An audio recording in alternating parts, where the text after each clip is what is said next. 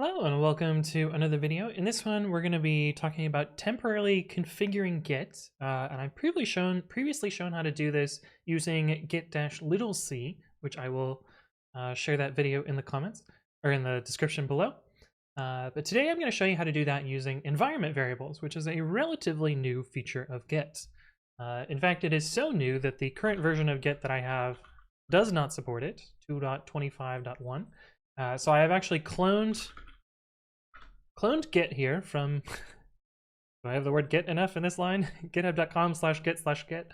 I've cloned I've cloned Git, and I will be building it from source to demonstrate this feature. And let's see, we have the make command here.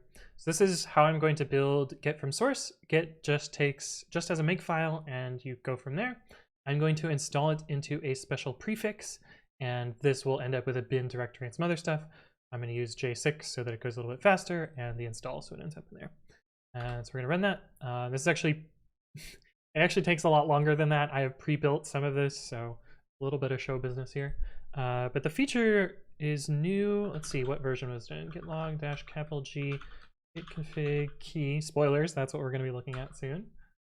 And let's filter that to just C files, since that'll get the first version that this is in.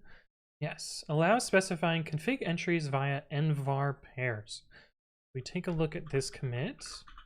Git show this. Yeah, cool. Git describe -- contains. This command will tell us what version contains this commit here.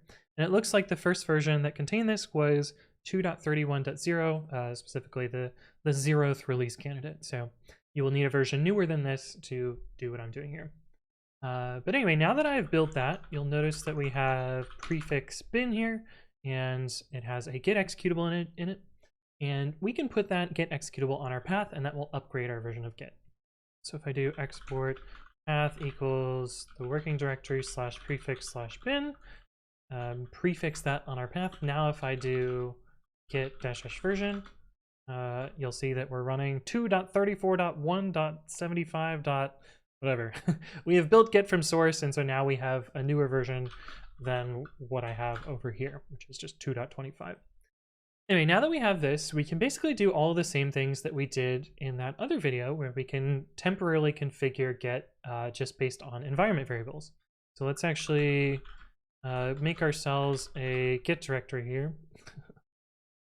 It looks like it has, there's a new output here that I will have to silence at some point, but anyway, yeah, we can set environment variables to configure Git, and those environment variables are these ones: git config key and then a number, git config value and a number, and git config count equal to that, equal to some number. And these can be repeated for any number of things. Let's say we did export git config key equals user.name. Actually, we want git config key 1 because this is the first one. I believe they're 1 indexed. Let's see. It is set to a positive value. All pairs up to that number will be added to the process environment. The config pairs are 0 indexed. And empty is treated as, okay, so I guess I need git config key 0. So we'll set that. We'll set the value to someone else. Jeff, I don't know. some name. And if you git config count equals 1, now if we do a commit, initial empty commit, this should have committed as a different user. So Git has picked up automatically on these configuration environment variables and allowed me to modify the user.name configuration value here.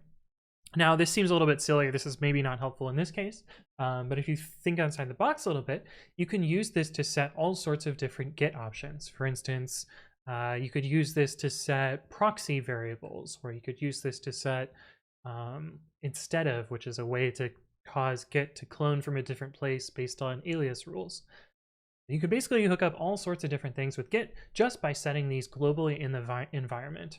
And maybe you run a company and want to set them into, let's see, environment, a series of variables that everyone will get in their shells.